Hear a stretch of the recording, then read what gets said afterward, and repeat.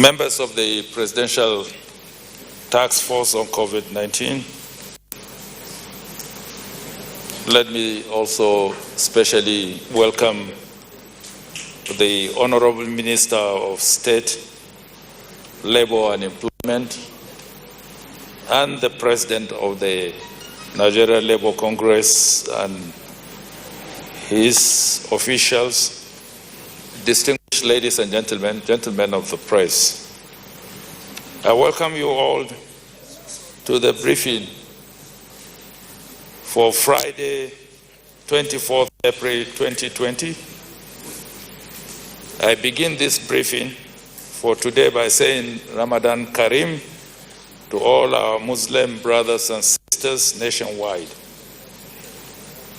This is a season of supplication, and I pray that Almighty shall accept all our supplications, cleanse our land, and show mercy upon his people.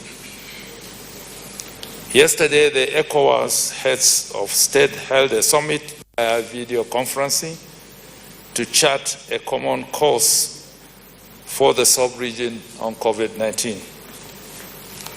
The summit was concerned about the negative social, economic, financial, and human security impact of COVID-19 on all ECOWAS member states, as well as the serious threat posed to the regional integration process and regional peace and security agenda.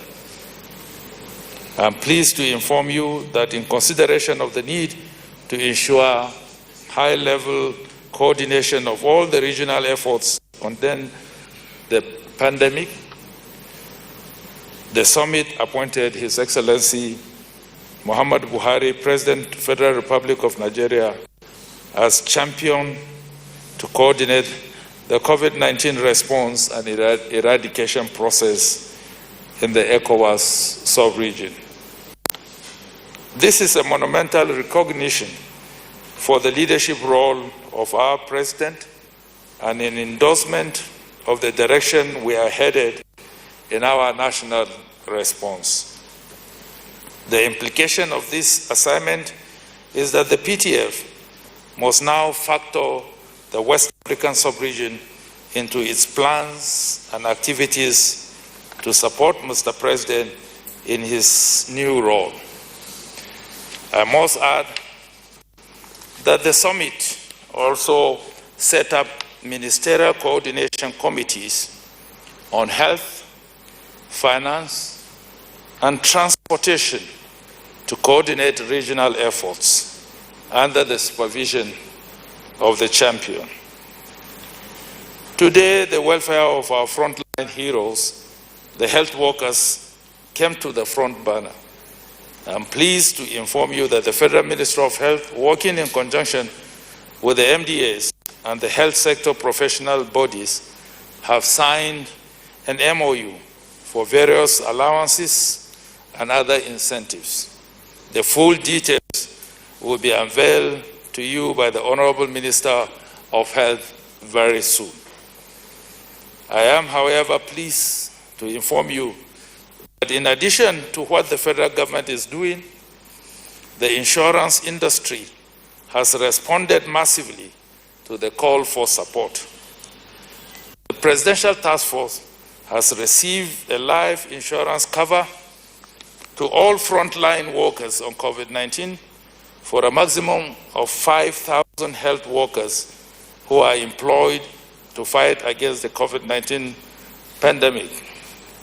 The premium in the sum of 112,500,000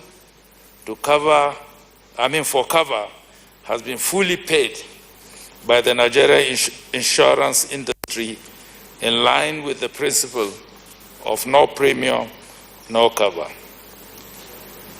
The PTF wishes to thank the insurance industry immensely and calls on other sectors of the economy to rise up to support the efforts to fight COVID-19.